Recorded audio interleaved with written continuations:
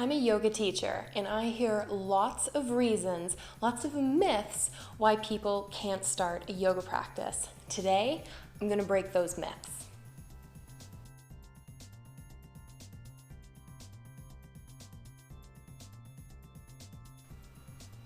Welcome to Honeybee Yoga Studio. My name is Lindsay, and I'm a yoga teacher.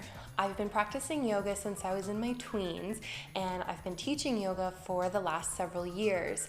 I find whenever I tell people this, they tend to react in two really distinct ways.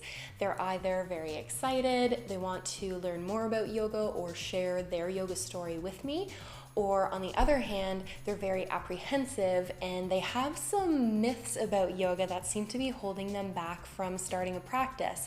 And today, I want to break down those myths. I think that there's a lot of misconceptions about yoga that hold people back from starting a practice, and I just want to break those down. I really enjoyed making this video. If you enjoyed watching this video, please let me know in the comments below. Also, please like this video and maybe consider subscribing. So let's jump in.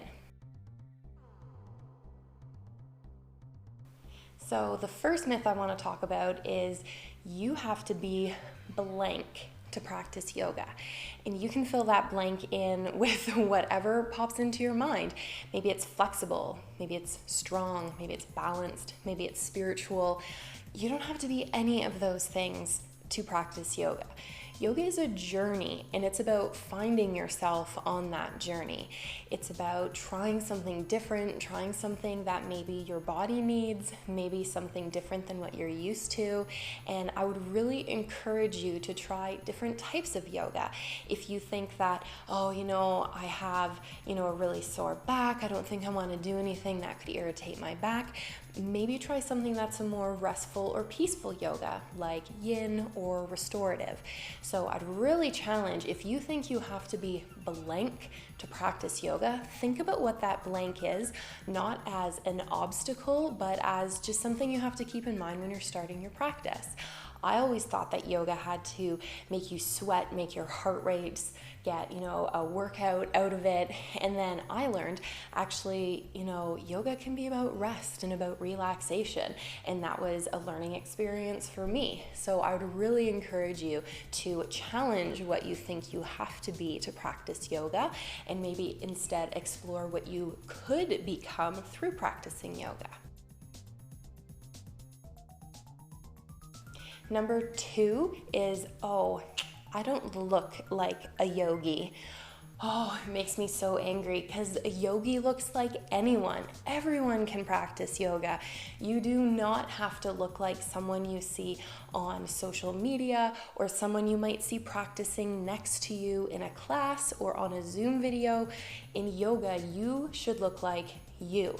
What matters is that you are safe, you are supported, and that your body is in alignment. So what that means, if you see someone in a really cool shape, let's say, that person's in wheel, I can never do wheel, I don't look like that. It's not about what that person looks like in that shape. It would be what you look like in that shape. Maybe it's modified, maybe you use some bricks, maybe you use some supports.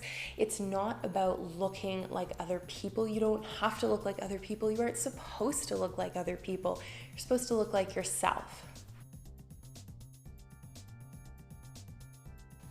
Number three is you have to make massive progress, or you have to do headstands, something really dramatic. I've heard a lot of people, and perhaps because I post on social media that I like headstands, they'll say, I can never do a headstand, yoga's not for me. Yoga is not about headstands. It's not about any one particular thing. It's about you finding yourself and maybe finding a challenge and finding something that you enjoy. Maybe you use yoga to find 5 minutes of meditation throughout your day. Maybe you use yoga to try to help yourself be a more patient person, throughout your entire day, not just your yoga practice. That's what yoga progress is about. It's about finding something that's meaningful to you and using your practice to help achieve that goal. So no, you do not have to do headstands. You do not have to sit still for, 10 hours meditating, to make your yoga worthwhile, or that isn't an ultimate goal. The purpose of yoga is within you. You just need to find that.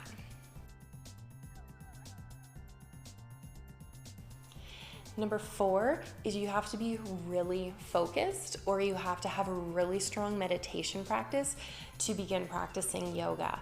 And let me tell you, I am a very anxious, scatterbrained person, and yoga is one of the only things in this world that can help my brain come quiet and calm. So no, you do not have to have a pre-existing meditation practice. You do not have to be super focused or single-minded. Remember, yoga is a journey. You're gonna learn tools while you're practicing yoga that can help you become more focused. Maybe it can help support a meditation practice, but by no means do you have to already be super focused or super spiritual or super anything before you start your practice. Number 5, you have to spend hours practicing. Oh my gosh, no. I think there's a misconception that because studio classes are often 45 minutes to 75 minutes, that's how much time you must spend on your practice to have it be worthwhile. No. In my experience, in the many years I've been practicing yoga, I have gone from an hour and a half practice every day, 7 days a week for many years, to a 10-minute wind down practice at the end of the day where I focus on my breath, gentle stretching, and that's all I could incorporate into my day because that's all I had time for. So I completely understand the misconception that you have to be spending hours every week practicing yoga, but you don't. Yoga is entirely about what you make it into, what's worthwhile for you, and maybe 5 minutes in the morning, taking a few quiet breaths, thinking about what you're grateful for, a few moments of quiet reflection is your yoga practice. Maybe your yoga practice is a 2-hour practice every day in a hot room, pushing yourself to a physical limit. Everyone's yoga practice looks different, and I would definitely say there is no time average on what that looks like. And I would even go so far to say that time really shouldn't be in the equation, because an actual yoga practice should be your entire life. It should be 24 hours a day. The actual physical practice is simply a part of your practice. So whatever you can manage, I would say start with that. If it's 5 minutes, if it's 10 minutes, don't be ashamed of how little time you have to spend on yoga practice. It's 2020. It's been a crazy year. Do what you can do and then go from there. So number 6, and my final myth that I'm going to bust, I also sort of busted in my other video, which I'm going to link in this video, talking about building a yoga practice at home, and that is that you do not have to spend money to have a yoga practice, any money. And that's coming from a yoga teacher who needs to make money to support myself.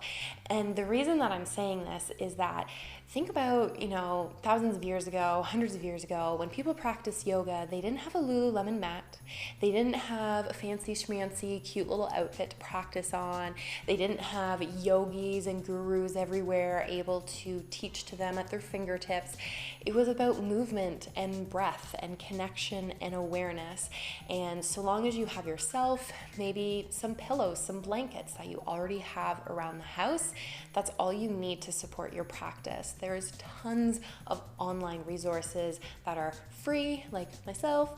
Anything, just Google it, YouTube it. There's tons of stuff that can support your practice, and I would recommend trying those out. And if you find something that really sets your soul on fire, then maybe that's when you start investing money. Maybe you're really into restorative yoga and you hear about hot stones, and you hear about how Honeybee Yoga Studio offers hot stone restorative yoga when the pandemic's over, and that's something that is a luxury that you would treat yourself to, a little shameless self-promotion, and then maybe that's an appropriate way to spend money. But don't think that you have to spend boatloads of money all of the time to have a yoga practice. You just need you need a little bit of time, and you're ready to go.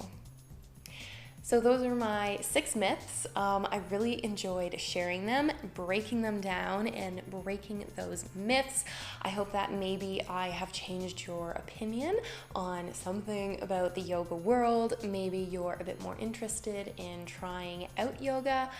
If you are, let me know in the comments below. I really enjoyed our time together today, and I look forward to seeing you guys next time.